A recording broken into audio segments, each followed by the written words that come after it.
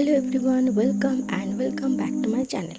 আমাদের আজকের ভিডিওটি ক্ষীরগ্রামে অবস্থিত যোগদ্দা শক্তিপীঠ সম্পর্কে। ভিডিওটি শুরু করার আগে চ্যানেলটি অবশ্যই সাবস্ক্রাইব করুন এবং ভিডিওটি ভালো লাগলে অবশ্যই শেষে একটি লাইক করুন।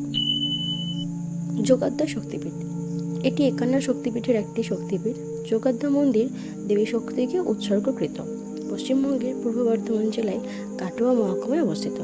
দেবী যজ্ঞার দুটি মন্দির রয়েছে, একটি পুরানো বা প্রধান মন্দির এবং অন্যটি নতুন মন্দির। একটি ভগবান শিবের মন্দির যেটি ক্ষীরেশ্বর বা ক্ষীরকণ্টক নামে পরিচিত, এবং অন্যটি ক্ষীরদিঘি থেকে একটু এগিয়ে যার নিচে দেবী যজ্ঞার নতুন মন্দির রয়েছে। পৌরাণিক কাহিনী অনুসারে দক্ষিণে যজ্ঞের পর শিব সতীর মৃতদেহকে নিয়ে নৃত্য করার সময় দেবী সতীর ডান পায়ের বুড়ো আঙুলটি এখানে পড়ে গিয়েছিল। এই বিশেষ সতীপীঠের বিশেষত্ব হলো ক্ষীরগ্রামের নাম সমস্ত তন্ত্রে উল্লেখিত আছে, অর্থাৎ কুজ্জিকাতন্ত্র, বৃহনীলতন্ত্র, গন্ধর্বতন্ত্র, তন্ত্রসার, তন্ত্র চূড়ামণি, অন্নদামঙ্গল, মহাপীঠ নিরাপনাম, শিবচরিত প্রভৃতি। কামরূপ, নেপাল, প্রয়াগ ও ক্ষীরগ্রাম এই 4টি শক্তিপীঠের উল্লেখ ওপরের প্রতিটি তন্ত্রে রয়েছে। এখানে পুরাতন বা মূল মন্দিরটির পিছনে বেশ কয়েকটি কিংবদন্তি কাহিনী রয়েছে।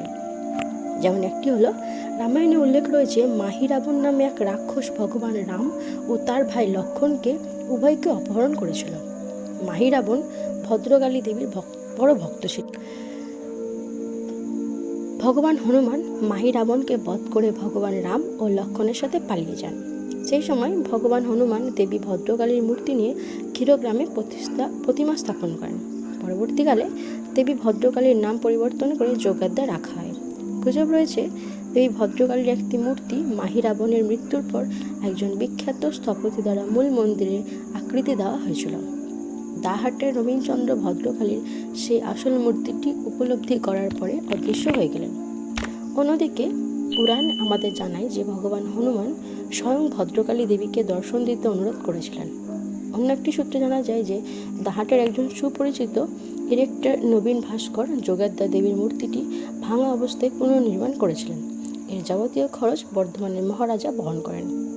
উপরে উল্লিখিত সমস্ত পৌরাণিক বিশ্বাস ছাড়াও দেবী ভাগবত পুরাণ, কালিকা পুরাণের মতো শাক্ত পুরাণও একটি চমৎপ্রদ কল্পিত উপাখ্যান রয়েছে।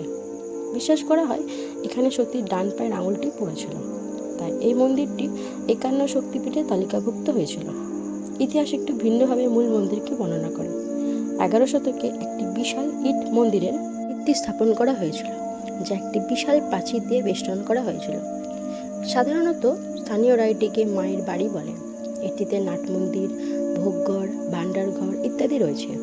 কিন্তু দুর্ভাগ্যবশত মাতার প্রধান মন্দিরে ইসলামিক আগ্রাসন প্রতিশ্রুতিবদ্ধ হয়েছিল এবং 1760 সালে কালাপাহাড় বাংলার সালতানাতের একজন ধর্মান্তরিত মুসলিম জেনারেল দ্বারা ধ্বংস করা হয়েছিল।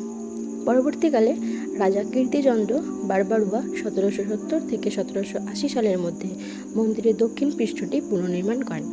2005 সালে পুকুরের মাঝখানে ক্ষীরদিঘি নামে সাদা মার্বেলের একটি নতুন মন্দির স্থাপন করা হয়েছে। যোগদ্দার মূর্তিটি জলের নিচে রাখা হয়েছিল কারণ মূর্তিটি বিশ্বে প্রথম হনুমান দ্বারা উদ্ভাবিত হয়েছিল। কিন্তু ক্ষীরদিঘি পুনঃখননের সময় দেবী যোগদ্দার আরেকটি প্রাচীন মূর্তি পাওয়া যায়। 31শে ডিসেম্বর 2011 সালে লাল পাথরের তৈরি নতুন মন্দির উদ্বোধন করা হয়েছিল এবং পরবর্তীতে প্রাপ্ত মূর্তিটি স্থাপন করা হয়েছিল।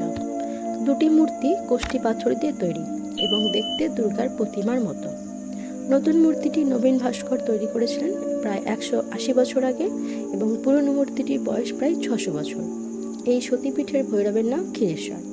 ভৈরবের মন্দিরটি উচ্চতায় প্রায় 30 ফুট এবং এটি একটি 3 ধাপের মন্দির। বলা হয় যে কালা পাহাড় এই মন্দিরটি ভেঙে প্রভুর মূর্তির মাথায় একটি দাগ করেছিল। দেবী যোগদ্দাকে প্রতিদিন মাছের তরকারি এবং পায়েস মিষ্টান্ন দেওয়া হয়, যেটি পর্যটক এবং ভক্তদের ভোগ হিসেবে বিতরণ করা হয়। বৈশাখ মাসে সংক্রান্তির মতো বিশেষ দিনে দেবী জলের নিচ থেকে উঠে তার মন্দিরে যান। এই পবিত্র অনুষ্ঠানের সময় হাজার হাজার মানুষ ভালোভাবে উৎসবে আনন্দের সাথে অংশগ্রহণ করে। বৈশাখ সংক্রান্তি, আষাঢ় নবমী, বিজয়া দশমী, 15ই পৌষ এবং মকর সংক্রান্তির এই এলাকায় জাঁকজমকপূর্ণ উৎসাহের সাথে পালিত হয়। সাগরদিঘি নামে পরিচিত ক্ষীরদিঘির ডান দিকে আরেকটি ট্যাঙ্ক রয়েছে, যা মন্দিরের অংশ। এই ছিল যোগাদ্দা মন্দির সম্পর্কে। আশা করছি ভিডিওটি আপনাদের ভালো লাগবে। ভালো লাগলে অবশ্যই লাইক করে শেয়ার করুন এবং আমার চ্যানেলটি সাবস্ক্রাইব করুন। আপনাদের যদি কোনো মন্তব্য থাকে সেটি তাহলে অবশ্যই কমেন্ট বক্সে করতে পারেন।